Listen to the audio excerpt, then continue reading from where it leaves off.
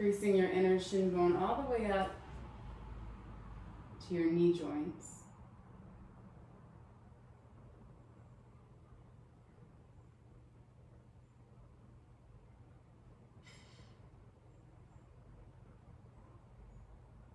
Could you imagine softening into the deepest part of the knees?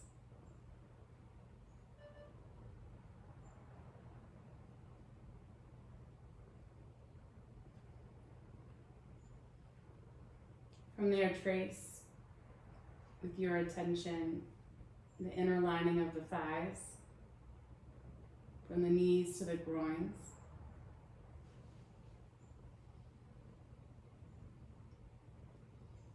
And feel the weight of the thigh bones drop back towards the floor.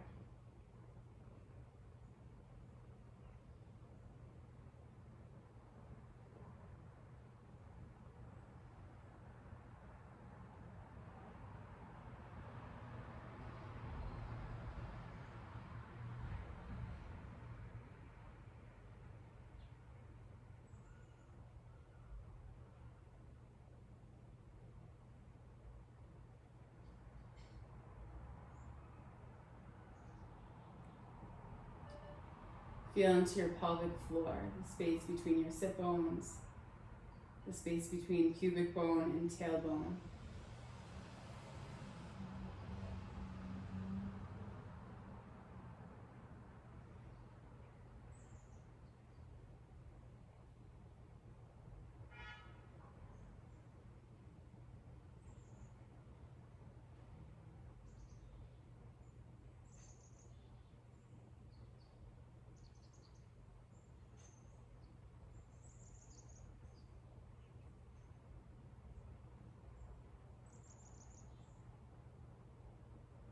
And from your tailbone, trace your way up the front side of the spine.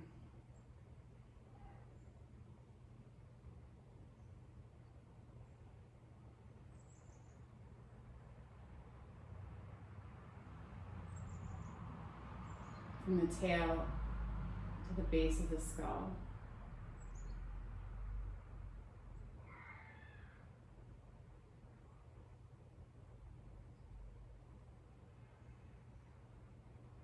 Letting the neck bones drop back onto the blanket, a bit heavier.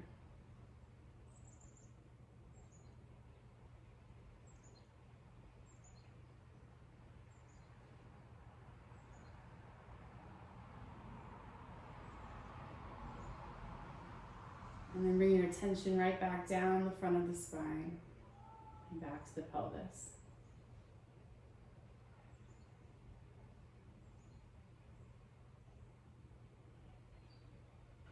See if you can feel your way up the sides of the spine.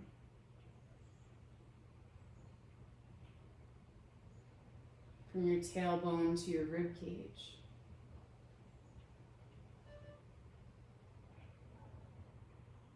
Feeling into all the tissue that lines the sides of the spine, from your hips to your ribs.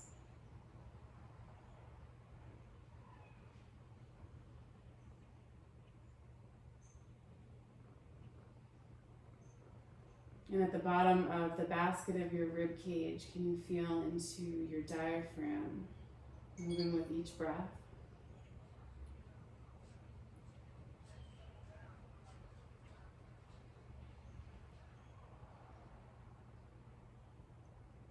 Can you feel into the contents of the rib cage, lungs,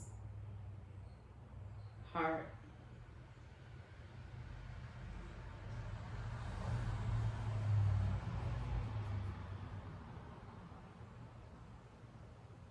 And then imagine you could trace up from the heart to the throat, feeling the path between those two spots.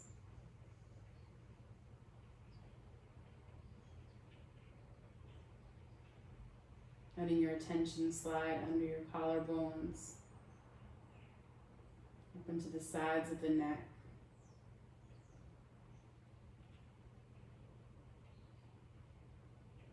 And from the sides of the neck, up into the jaw.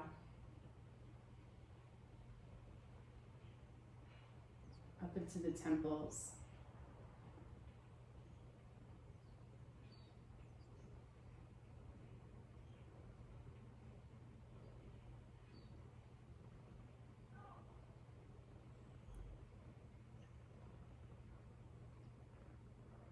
Take a couple full deep breaths here. Feeling the whole rib cage spread out.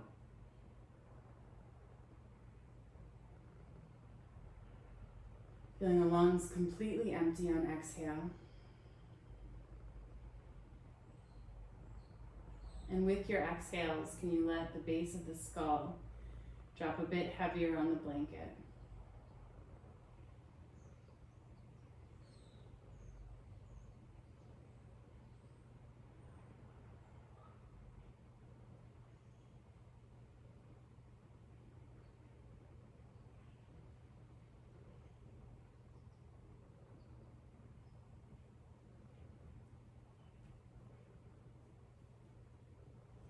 Bring the knees together.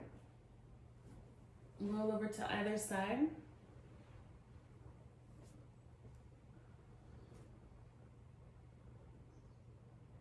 Press up to a seat and then just make your way into your child's pose. And in child's pose, have your knees together. So you can put the blanket off to the side.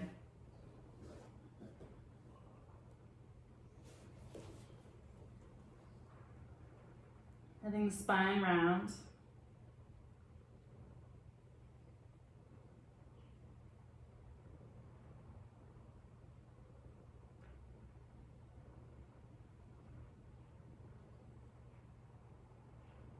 Walk the hands under the shoulders. Tuck the toes under. So your feet are together, the toes are tucked. And you might stay right here with the hands on the ground, reaching the hips back towards the heels as if they're trying to get back towards child's pose, but with the toes tucked. You might come up and sit more upright on the heels.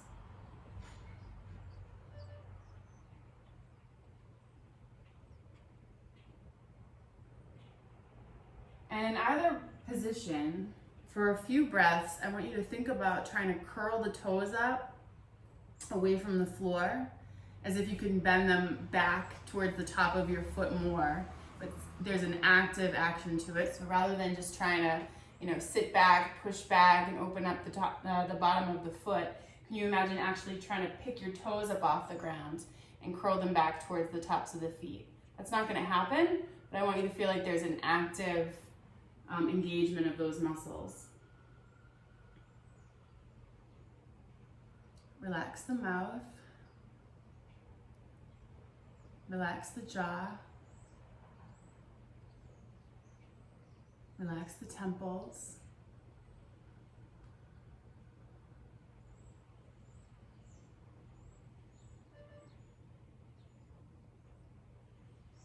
If you're still actively trying to pick up the toes, go ahead and let that go and see how it feels. And as we're working into this little toes pose, you just want to make sure that we're not feeling pain at the base of the big toe, at the top of the base of the big toe, or any of the toes. So there's strong sensation in the bottom of the foot, but strong pain here is like the bone is running into the other bone, and we want to avoid that.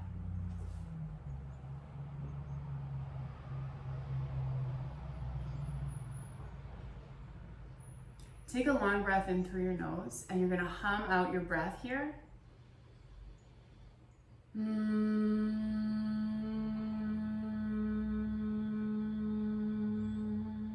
going to do that 2 more times.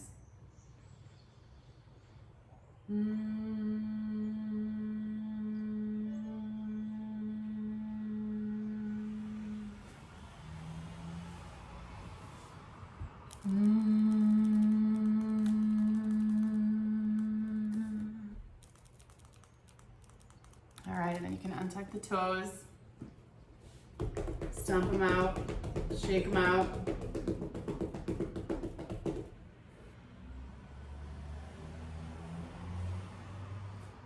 Walk the hands back, press into a standing forward fold. Just hang in ragdoll for a moment. So you're gonna grab opposite elbow, let the head hang heavy, especially from the base of the skull. Can you let the base of the skull hang off the rest of your spine?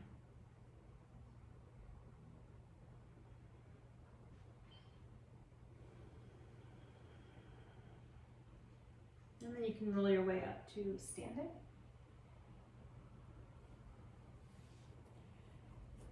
And you're going to take one of your balls. I'm going to bring this close enough that you can see my feet.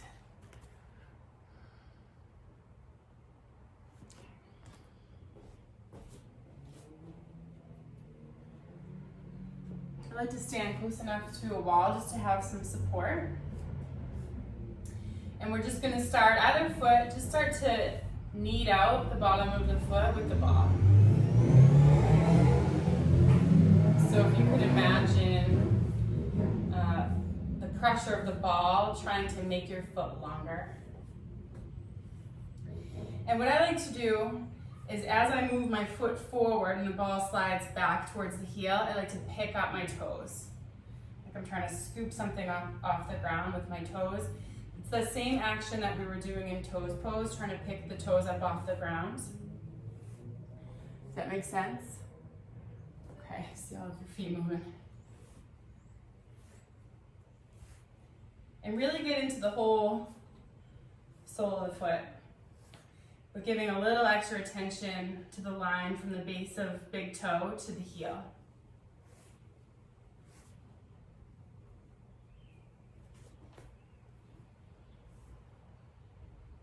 And then let the ball sink into the spot right in front of the heel, where the heel and arch come together. And then just kind of pick up and drop the toes, especially the big toe. You pick up and spread the toes. And then we'll keep the heel in one spot and move the top of the foot, front of the foot from side to side. So as if you could now use the ball to spread your foot out wider, right across the lateral arch.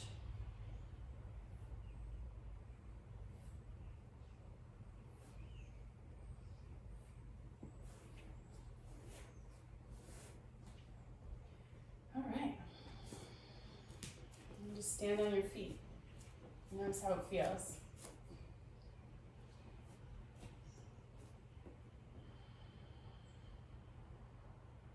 And then we'll do the other foot.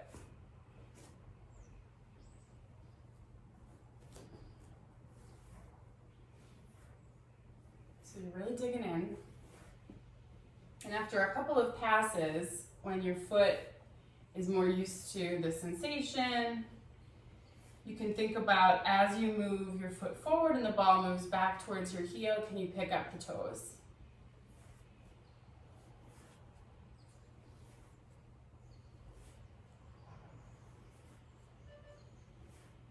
Especially the big toe.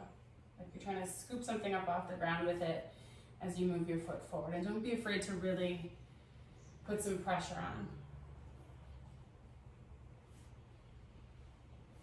So we're operating under the assumption that everything is connected, that the muscle and the tissue in the sole of our foot don't live on a little island. And we're following a particular train of the muscles and tissue that supports our core. And I learned this train of muscles from Tom Myers. He calls it the deep front line. So the area that we're working on right now on the foot, we're going to connect this all the way up into the head. And so you might notice as we're working in any one of these spots along the train, you might feel something somewhere else. It might be another part of that train reacting. It might be something that feels somewhat disconnected, but you still feel a reaction in your body. So we're just trying to be present enough that we notice these things.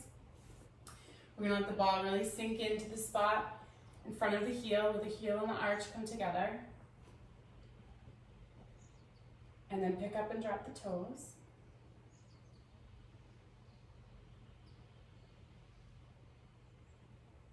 And after a couple times of that, you're going to keep the heel in its place and just keeping the pressure on the ball, turn your foot from side to side.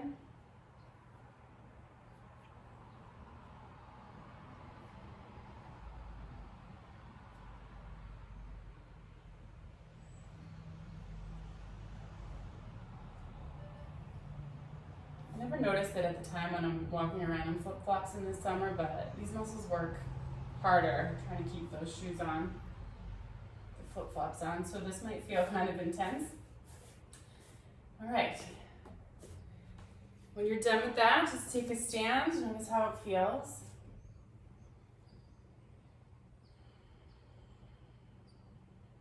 And we'll fold forward. Coming back into our ragdoll position, letting the base of the skull go. Bend the knees as much as you need to, and just notice if anything feels different.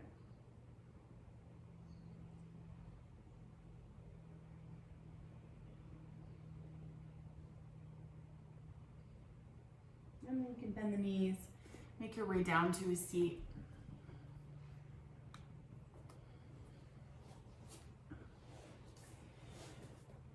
Okay. So we're going to trace from the bottom of the foot, we're going to sweep around the inner ankle, just to the underside of the inner ankle, and then we're going to trace right up the inside of the shin bone. So the shin bone, your tibia, this is the bottom of it that sticks out. That's what your inner ankle is the bottom of the tibia. And we're going to try to, you almost want to imagine you could sneak behind the tibia with your fingers. So we're just going to kind of take a couple of passes, check out the landscape first. So you're just kind of feeling the inside of your shin bone from the inner ankle all the way up to the inner knee. So we're going to go from the bottom to the top. And you're moving your fingers as if you could push that muscle up your lower leg. Yeah? If you have dry skin, this can be really a lot. But it's good because then you get this kind of first layer of connective tissue right under the skin. So first you just kind of check it out, see how things are working. Sometimes you'll get to an area that feels like it's harder to pass, or sometimes you'll find something that feels really tender. So just stay curious about what you're finding. You can also, if you can take a little bit more pressure, you could let your shin stack up on a block and you could use your elbow. And the way I work this usually is you find an angle with the elbow. So you'll do one trace with your fingers, so you just kind of, so you know the territory here, so you know the road. And then you'll take your elbow, you can make a little fist, and then use your top hand to kind of guide your elbow up your lower leg. And you gotta breathe while you do this. So you wanna imagine you're actually gonna push all this tissue towards the knee. And you're gonna see if you can keep your jaw soft as you go.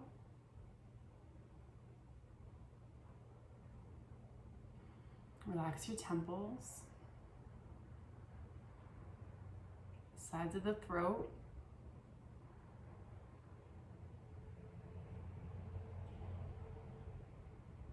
See if you can stay soft through your belly.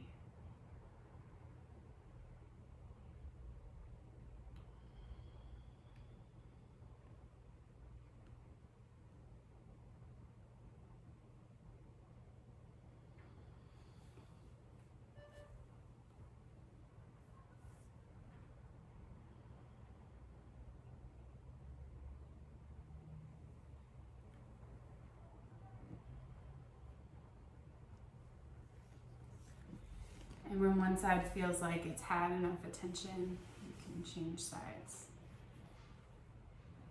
So these core support muscles, they're postural muscles. So they're not, they're stabilizers more than they're muscles that actively move us around.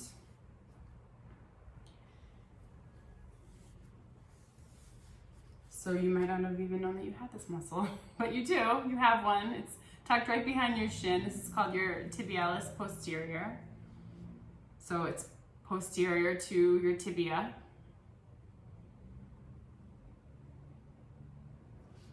And I always notice, like, okay, I forgot I had this muscle and damn, it's really tight. And so what's up with that?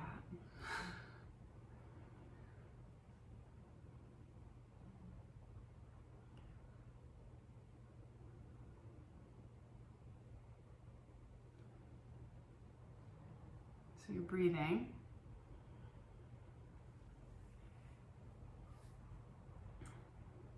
This connection of muscles and tissue is very tied into our nervous systems.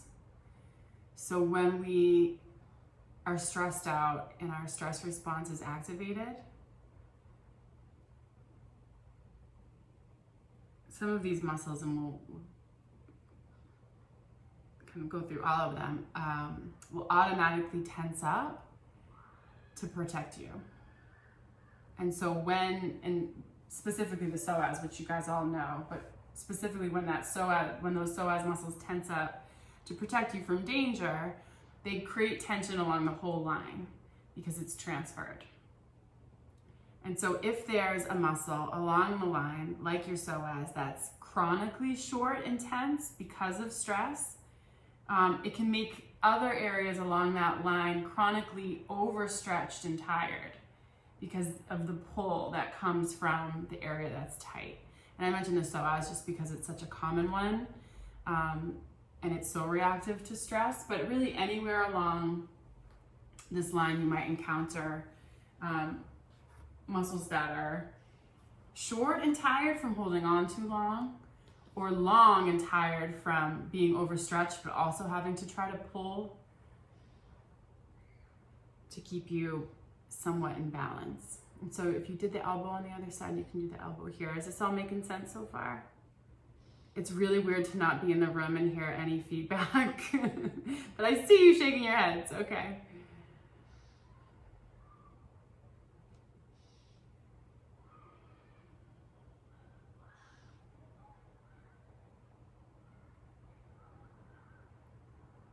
And so we go slow. We pay attention and we try to use a slow, calm breath, because if the nervous system is what's controlling whether or not our muscles react and whether or not they can then relax, we need to have a conversation with the nervous system to let it know that we're safe. And so the breath is our way in. That's how we communicate. The long, slow breaths, like a 6-beat breath. All right, I'm good with the tibialis posterior. Okay, so let's, as a little test, we're gonna take Baddha Konasana from a seat. No, we're not. We're gonna take Upavishta Konasana from a seat for our little test, just to see how things feel. So a wide-legged forward fold, that might not be a fold at all, but just come into wide legs and test it out. How do things feel? Just from upright. And if upright is hard to find, you can have your fingers tented behind you to help get yourself seated upright. Or you could play around with what does it feel like to come into a little bit of a fold. We're not going to stay here very long. We're more just trying to take a baseline.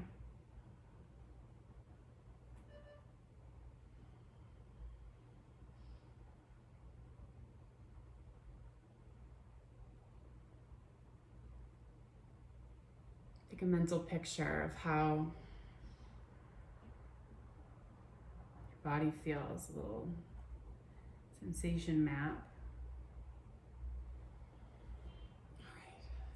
You're in my way. Okay, so from your tibialis posterior, the connection goes by way of a little teeny muscle at the back of your knees called your popliteus. And it's the muscle that unlocks your knee. So that's why when we're practicing our yoga and we're in a standing pose, for those of us that have really flexible joints, if your knee locks out, you kind of lose that feeling of springing from the floor when you're pushing your feet down, because when that muscle is slack, you don't get the transfer from the feet all the way up through the rest of your core. So that's why it's important not to lock out the joints when we're standing up, because you just cut off your roots right at the lower leg. So, I'm gonna take the blanket, open it up to the larger fold. She just really wants to be on camera right now. She's been gone all day. Where have you been? Now you just want to be here. Okay. Excuse me. And then we're gonna roll that up. And you don't even have to roll it all the way. You can roll it like halfway, because you want something that can still really fit right behind the knees. So we're gonna tuck it in. You're gonna come up to kneeling, and you wanna just try to get it as high up into that knee joint as you can. So you gotta kind of finagle it in there. And then we'll just sit back for a moment. This time your toes can be untucked.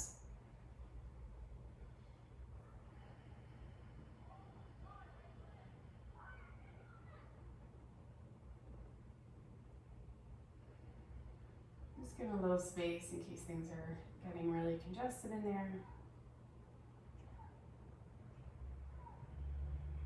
We're not going to try to, lengthen this muscle out, or really this is just to raise awareness that there might be a connection between the lower leg and the upper body.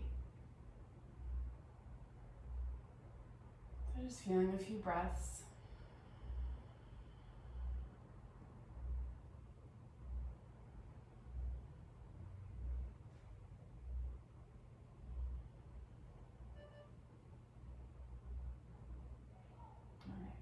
And then we'll come off that.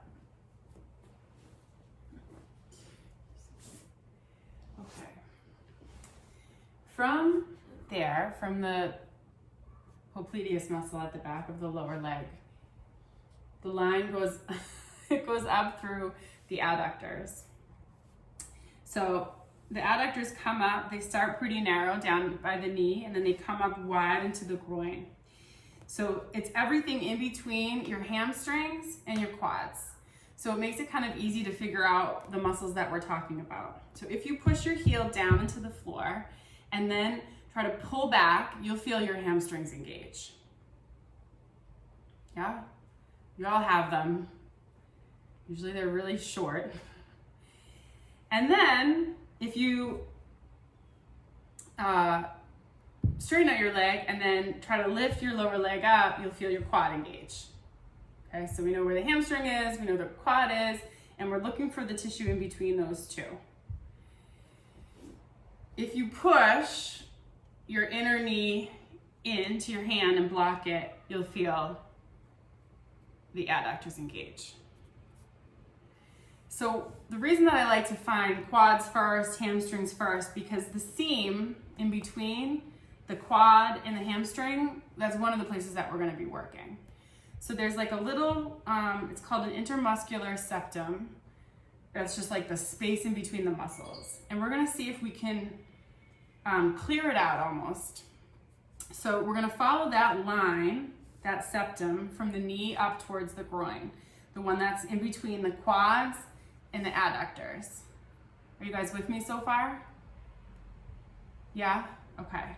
So if you create a barrier for your inner thigh. So I'm gonna sit in a figure 4. So my foot's not gonna let me engage my leg this way. And then engage the quads. You can kind of start to differentiate between the two places. So if you engage the quads and then you engage the adductors, you can kind of find okay, where is that little spot where they meet? Yeah, kinda? Okay, so this is where it's gonna get really fun. You're gonna take your balls. Do you have a sock? Put them in. or if you have the tune-up balls. You can use any size. I'm using the second larger of the tune-up ball size because my smaller ones I've used so much that they are like just very, very squishy. Okay, so what we're gonna do is we're gonna work that line on the ball, or on the balls on the block. So you gotta try to angle the block. Move myself back a little bit. Block is gonna be at the same angle as your thigh bone. I like it on the second highest height.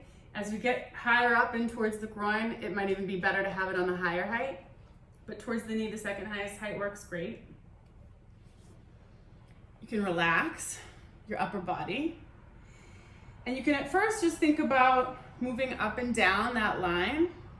So you let your thigh bone, the weight of your thigh bone and your thigh settle right onto the balls. It might be enough just to stay still. If this is really intense, just stay still. You can turn the block on the lower height. You can even just have the balls on the floor.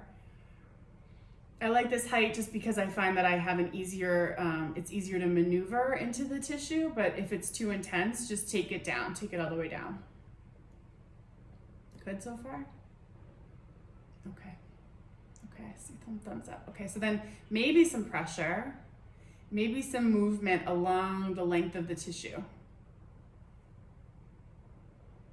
Maybe some movement across the tissue.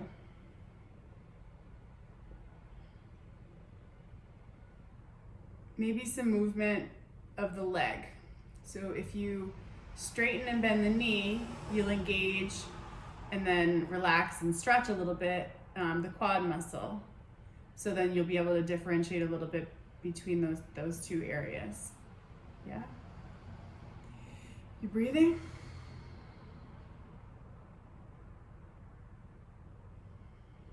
Okay, and then a little bit awkward, but can you keep the legs still and tuck and untuck the pelvis? And I know you guys all know this because you've been in my class thousands of times. So it's a little bit awkward from this position, but just see if you could, pubic bone curling up towards the chest and then pubic bone curling down and away from you.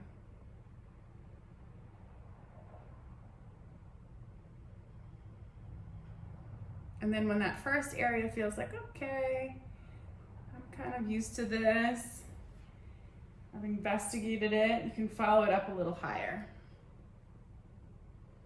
And so same thing. Maybe at first you just stay still.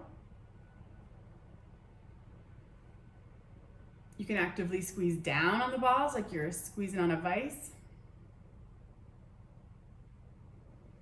And then maybe there's up and down motion following the length of the tissue.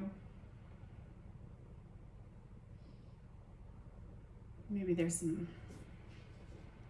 side to side, cross fiber action.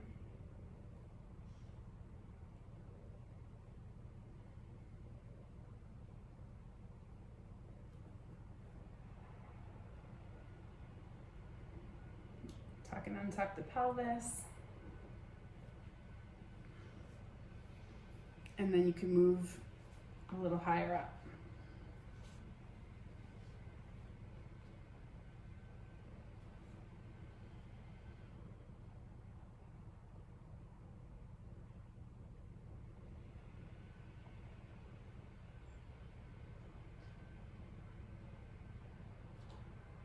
My cat thinks I'm trying to play with her with my foot.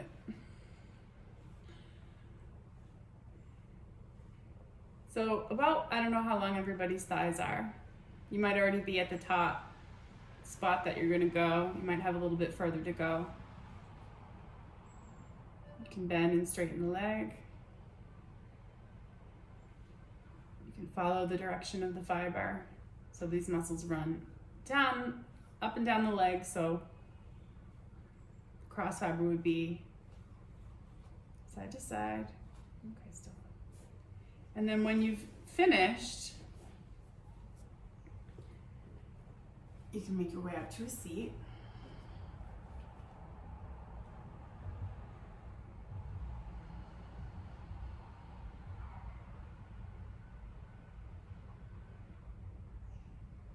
even just that, I feel like I'm already breathing a little bit easier. And then you can just check it out, see how things went. Taking your wide-legged forward fold or just a wide-legged seat just to kind of feel into things.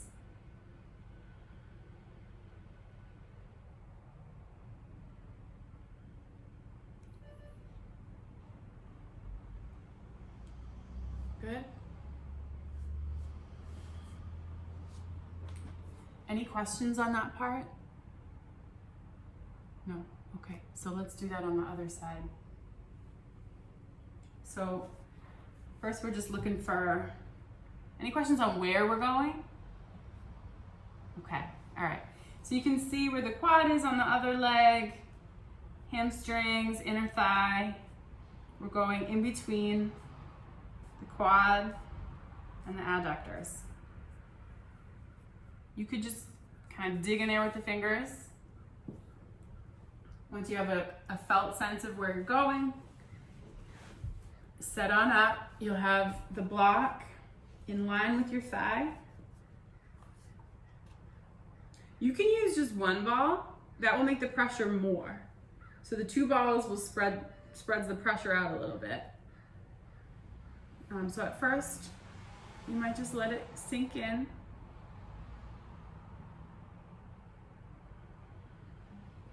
Bend and straighten the knee.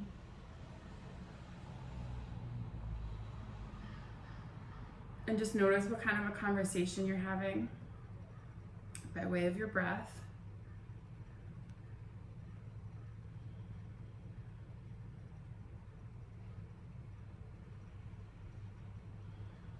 Move up and down. So you just, I want to say carving out a little valley, but carving is just way too intense of a word. So we're just kind of investigating that space. Do a little side to side.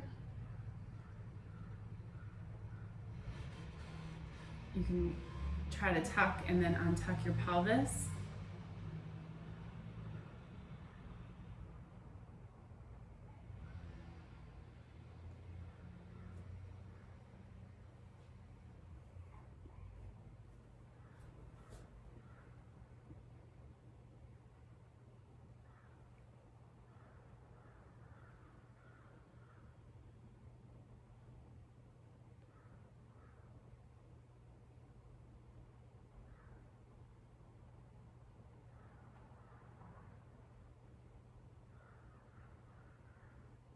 Let yourself slow down through any areas that feel uncomfortable.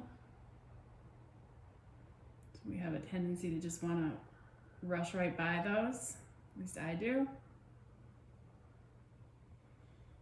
So maybe just reminding yourself to go a little slower.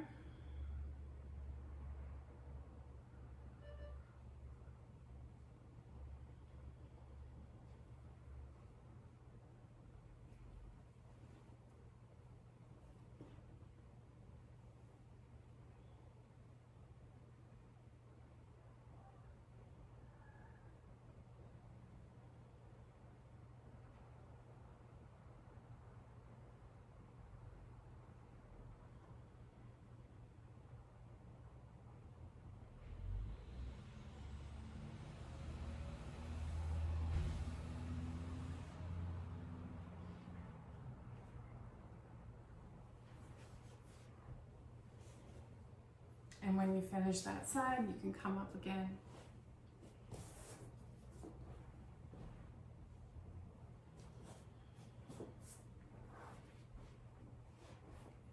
Test it out.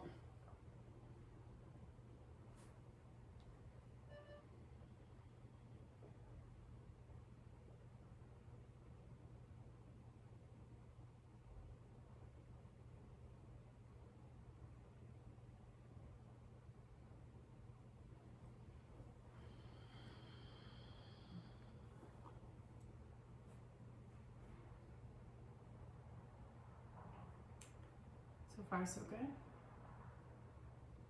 Okay. So grab your blanket again.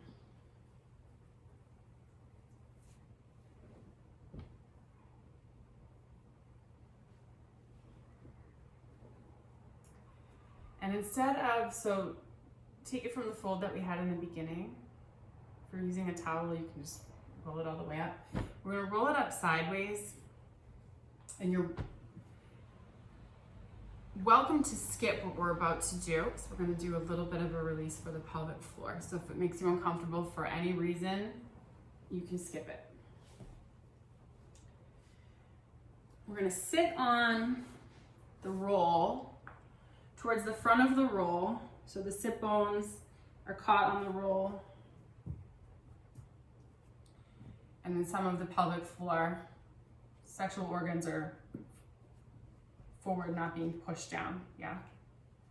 Again, you can skip this and you can just sit in Baddha Konasana if you'd like. You can take Supta Baddha Konasana. You can have blocks on the sides if you need support for your hands, but really what I want you to feel are your sit bones resting on either side of the blanket. Either side, they're on the blanket, yeah? Okay. And then let's just breathe.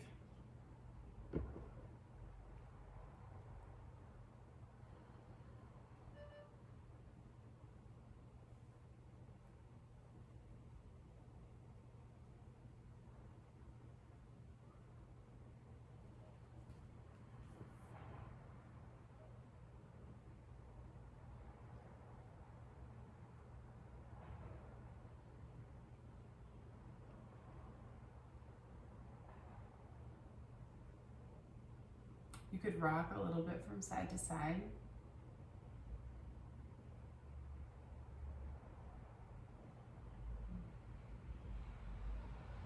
You could do some pelvic tilts.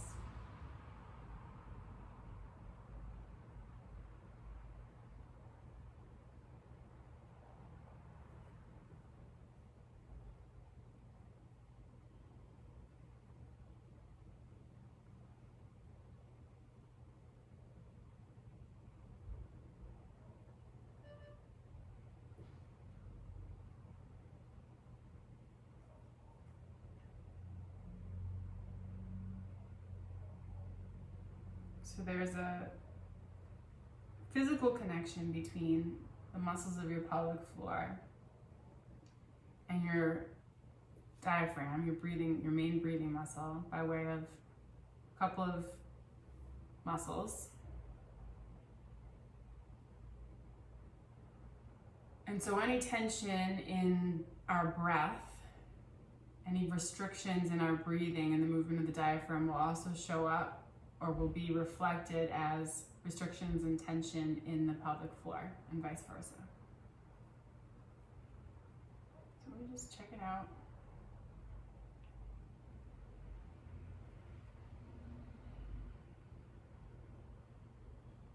And because there's a connection between the adductors and the pelvic floor, kind of seamlessly by way of connective tissue flow right into the floor of the pelvis.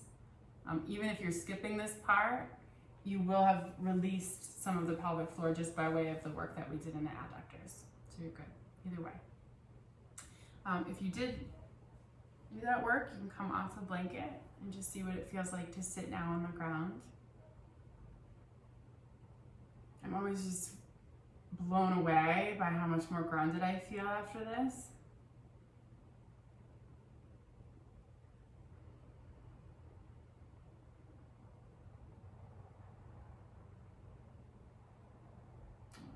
And then we're going to work into one more really teeny muscle before we dive into the abdomen. So you're going to use a ball.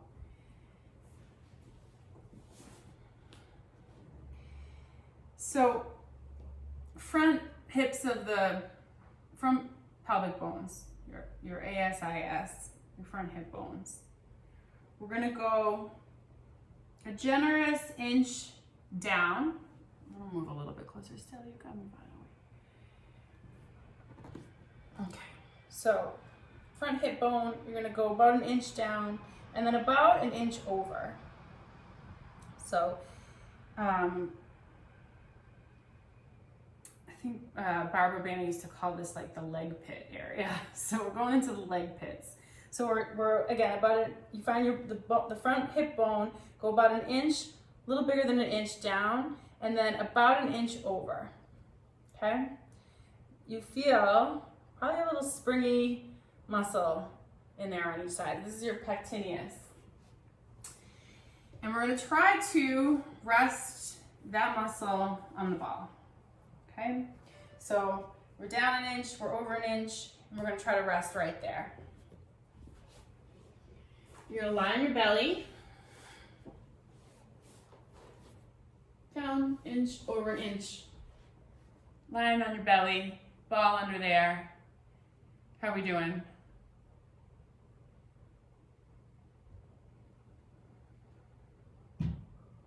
You can do whatever you like with your legs. Windshield wiper the legs from side to side will just kind of change the pressure on the muscle. But then what I want you to see if you can do, and I know you don't usually do this when we're on the belly like this, is can you do some little pelvic tilts here? And the back tilt to the pelvis will bring your pectineus muscle into a stretch. So thinking about directing your tailbone towards the backs of your knees. And so if you can bring that little muscle into a stretch while it's also pinned by the ball, then you'll get a little release. Is this making sense? It's not always like the most comfortable thing in the world. Is there a reason why you do just one at a time? You could do both. Yeah, you could do both. I like the, both will probably be less pressure. So I think I just like a little bit more because I feel like it's harder to get into this little spot. And then you can change sides or you could be doing both.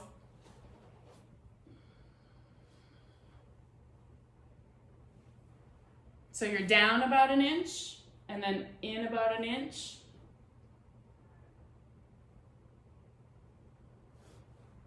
No, there was no reason really. Just my habit.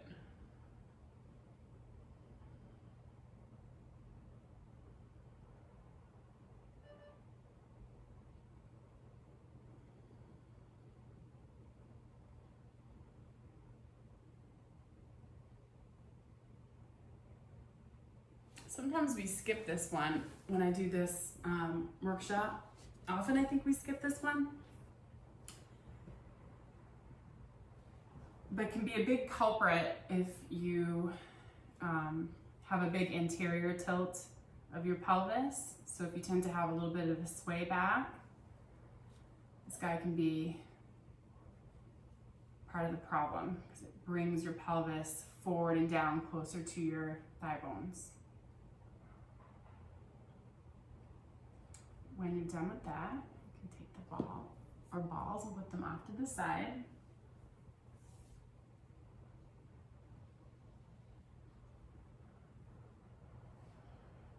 And we're going to do a belly roll.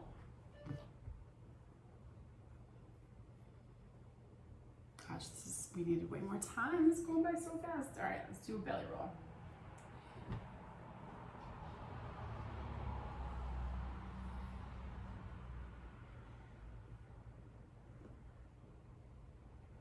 So, you're going to take your blanket and instead of folding it in half from the long way, fold it into thirds.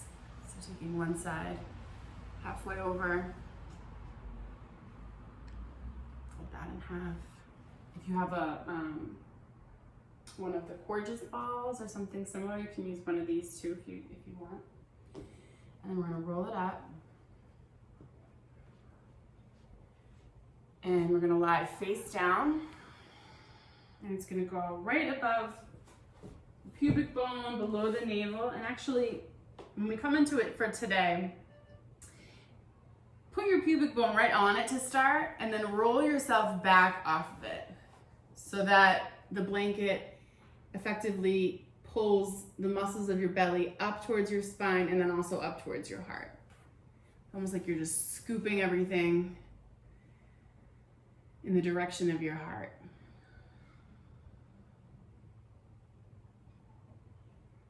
Because when this area is tense, it can pull everything down from the direction of your heart. And there's a physical connection between muscles that we're resting on the blanket right now So we're getting into the psoas, getting a little bit of a stretch just by way of the flexion of the spine for the QL. And then above, where the psoas comes up, it connects into the diaphragm. And then the tissue of the diaphragm is seamless with the pericardium of the heart, the tissue that surrounds your heart.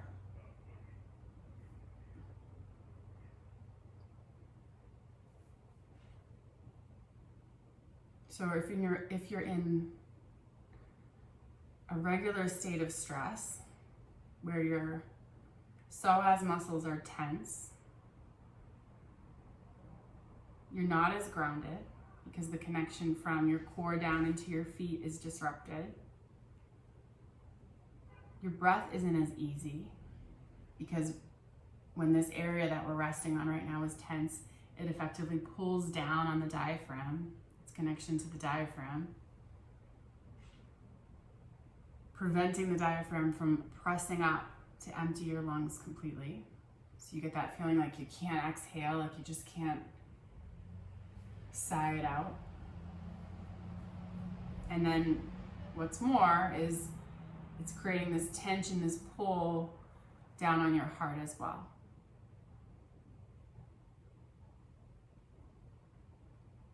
So your psoas muscles run from the top of the inner thigh, near the top of your adductors, your inner thigh muscles. It'll dive over the front of the pelvis along the sides of the pubic bone and attach to the sides of your spine all the way up, for some of us, into the first and second thoracic vertebrae. Sorry, not the first and second, the 12th and 11th. So the first two from the bottom.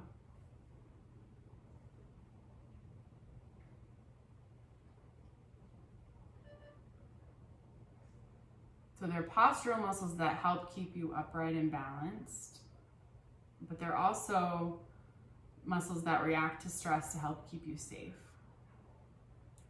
So if you're under constant stress and they don't know how to relax, they don't ever get the signal that it's okay to relax, and they get kind of stuck in this contracted state, this shortened state, your posture suffers. Your breath suffers.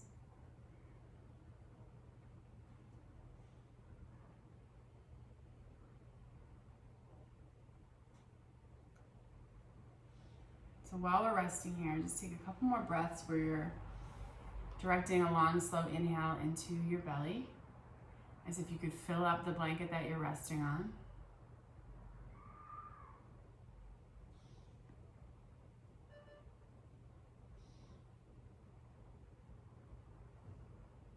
And as you exhale, can you invite everything that's resting on the blanket to just relax? Even if you just do that just a little bit at a time.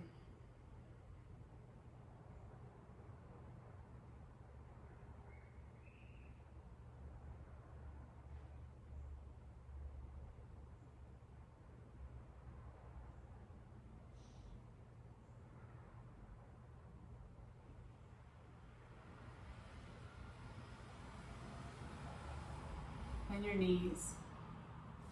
Windshield wiper your feet from side to side.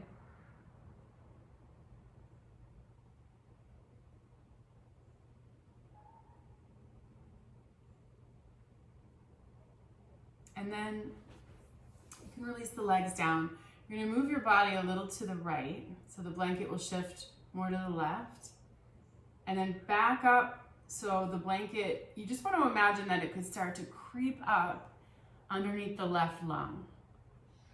Not to a point where you feel like you're putting too much pressure on your bottom floaty ribs. You might have to keep it a little bit more central, but I want you to feel like you could let the blanket approach the bottom of your left lung. Feel okay so far? And then let's find some real deep breathing. So Inhaling to fill all the way up, let the rib cage spread out wide, especially on the left side.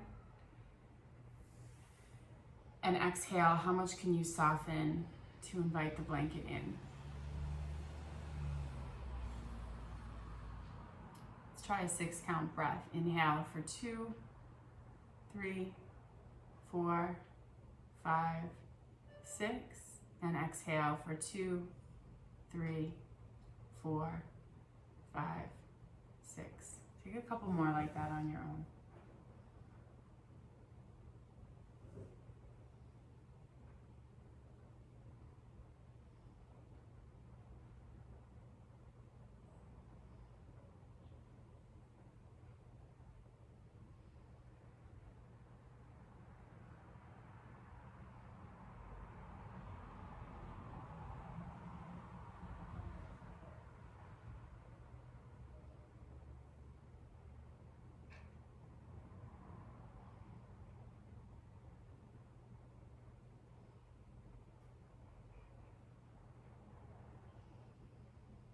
Crawl your left arm forward as far as it will go. You can let your head rest on your right hand. Tuck your left toes under. Straighten your left leg and reach back through left heel. Think about stretching open from your big toe into your arch on that foot. Think about reaching back through the groin.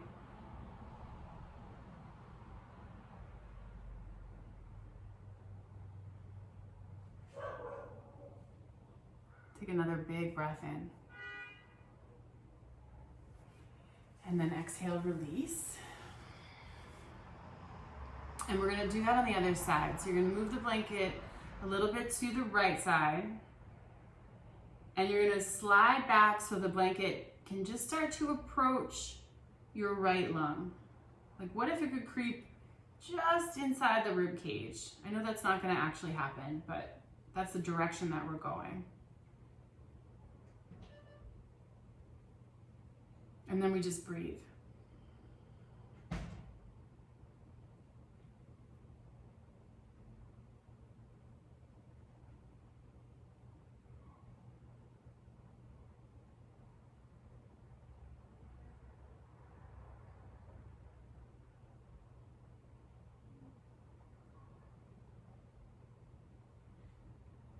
If you've ever seen a picture of the startle response, this is the muscle that engages during the startle response. So it pulls your torso closer to your thighs, kind of curls you into a ball, either to duck away from something, to get ready to brace for impact in your belly, or to bring your thighs closer to your chest to get you to start to run.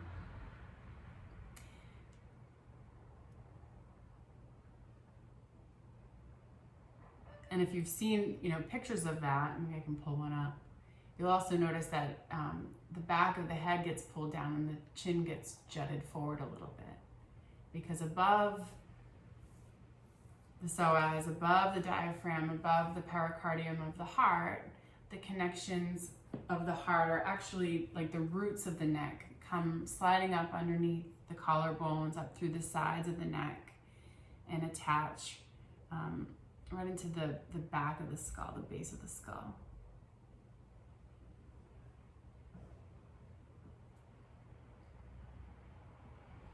Go ahead and crawl your right arm forward.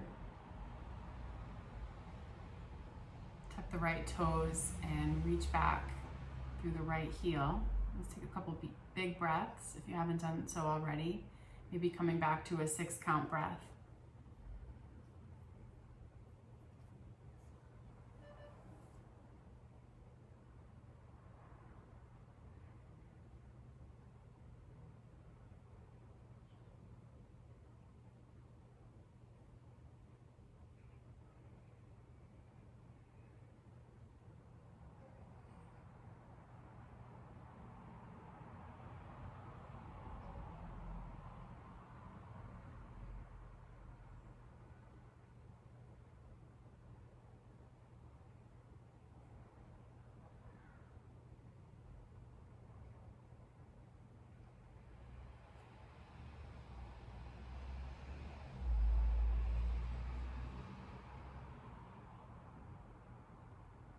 And then you can release the right side and move the blanket a little bit more central.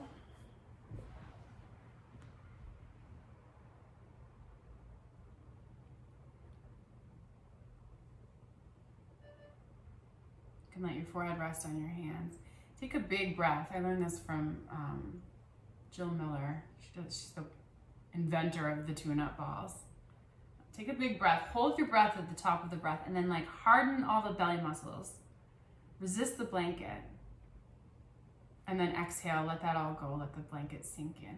We're gonna do that 2 more times. So inhale, fill all the way up.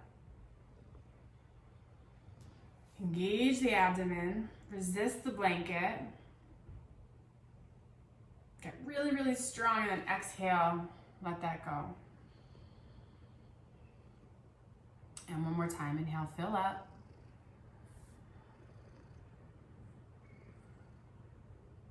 Harden the belly, push the blanket away.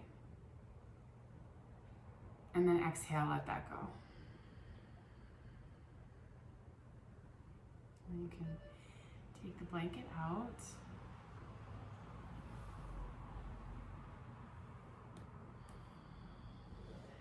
Just roll over onto your back. Have the balls within reach. Just roll right over onto your back.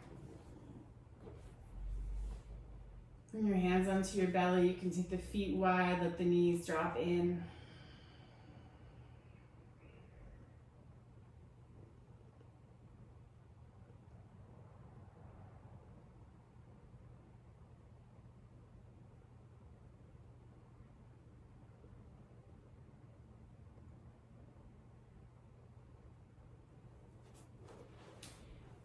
Roll over to your side, any side. Have the block so that it can be a rest for your head.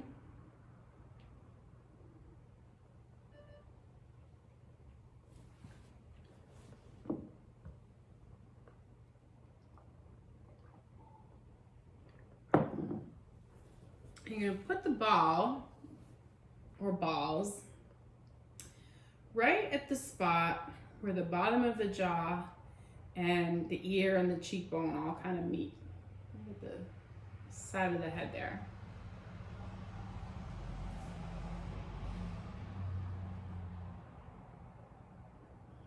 If it's too much up on the ball, you can come down. Up on the block, you can come down.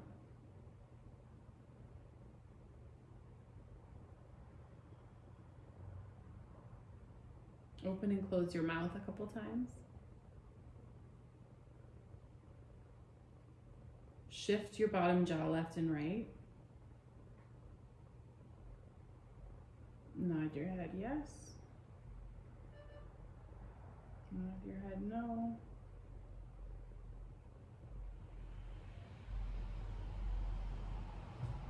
Imagine you could relax your teeth inside your gums.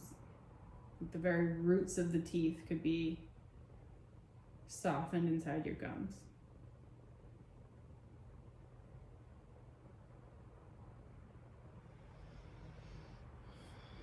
And then move the ball or balls up to your temple. And you're just gonna turn your head left, turn your head right, draw some circles with your nose. Give yourself a little temple massage.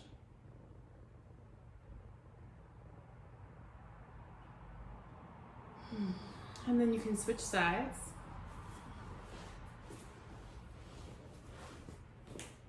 Starting with the jaw on the other side.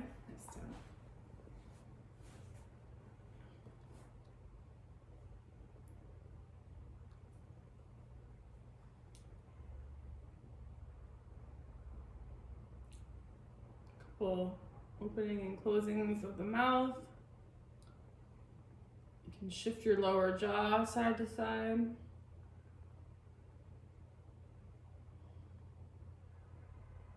Nod your head yes. Nod your head no.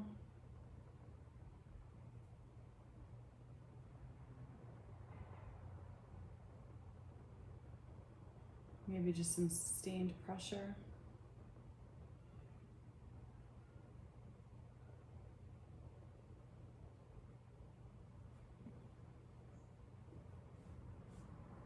When you're ready, you can do the little temple massage.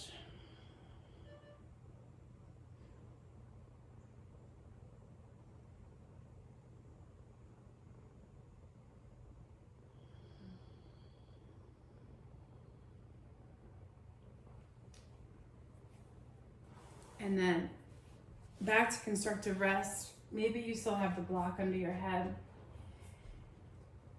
You're gonna put the balls right at the base of the skull.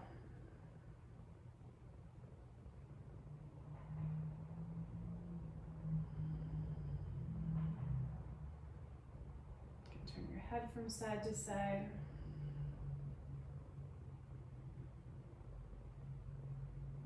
Nod your head up and down.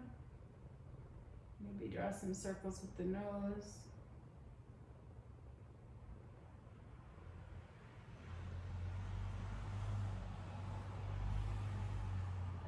Let the jaw go.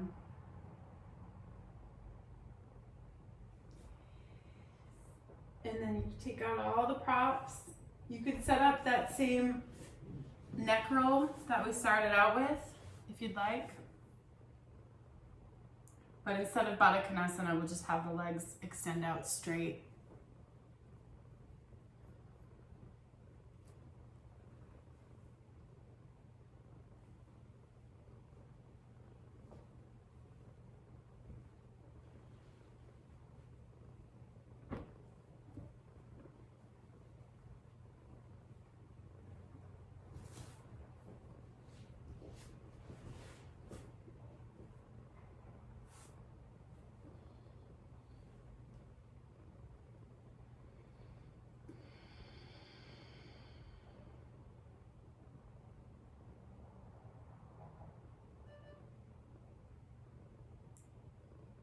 Release the weight of the head. Take a long breath in through your nose. And then sigh it out, make some noise as you exhale.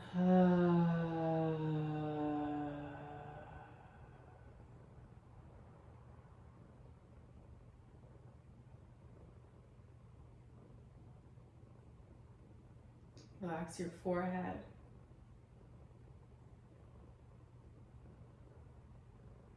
Eyebrows and temples.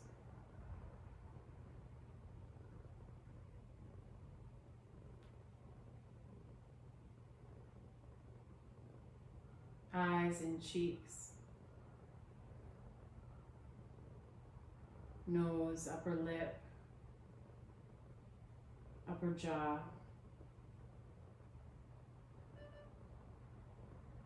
Ears, lower lip, lower jaw.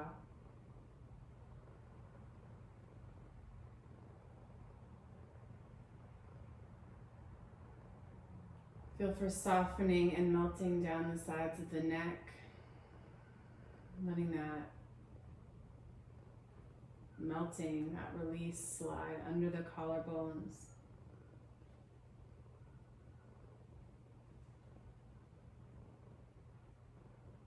Warm and soften around your heart.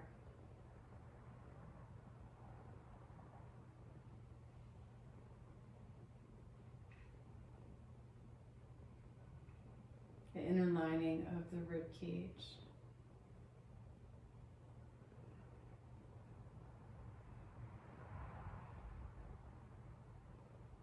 The sides of the spine.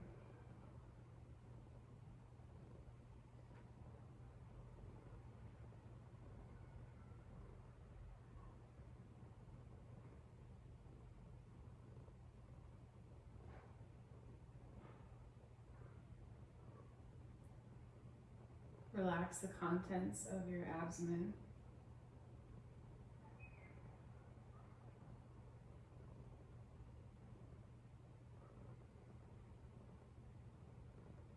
Pelvic floor and all around the hips.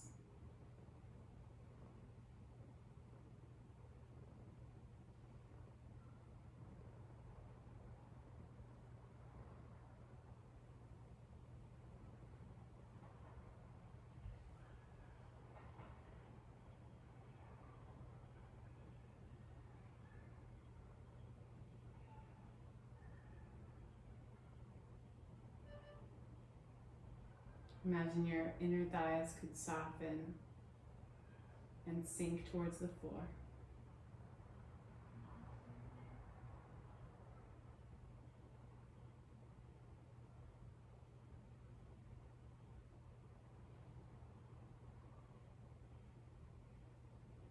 Your inner lower legs could soften and sink towards the floor.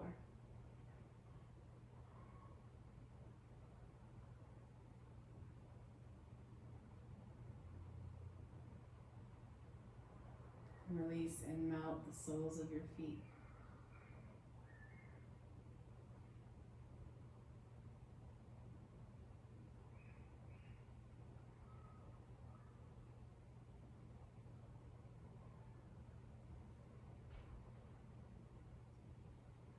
Let each exhale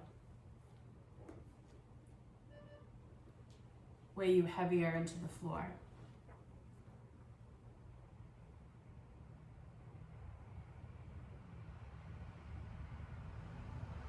And the exhales might not deepen, they might actually become more shallow.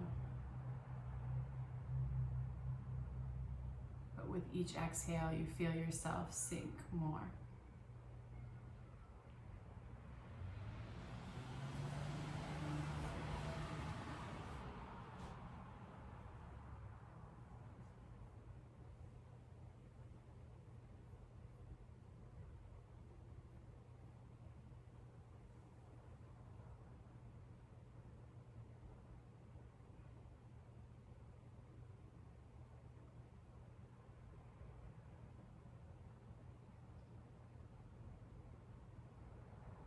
And then again, notice how it feels to take a deep breath in and then sigh it out.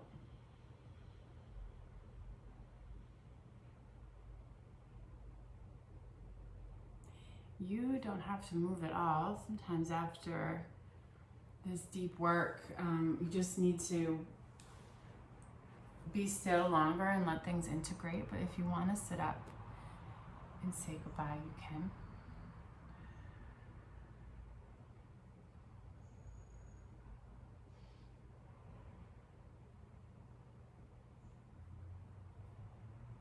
So this was a little shorter than I think it should have been.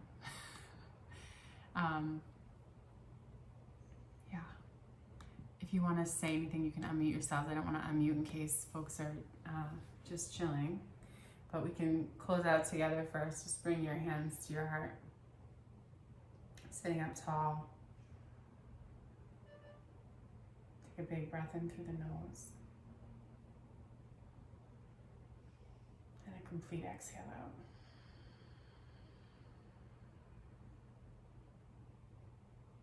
Thank you guys so much.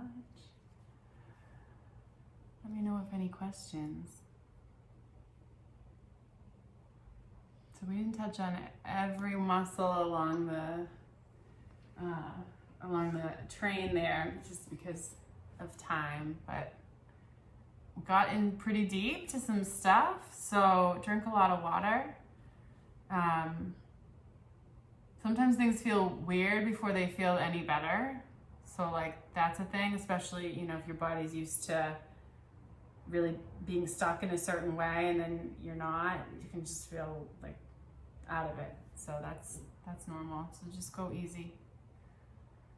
Yeah, let me know if you have any questions. Feel free to send me a note. Thank you guys. Yeah, have a good night. Thank you so much. It was wonderful. Oh, good. Thank you. I know I almost feel bad. I just feel like maybe I should just log off and let you guys go to sleep or something rather than pulling you up out of that. But yeah, thank you so much, guys. Have a good night. You have a good week. All Bye-bye. right, bye.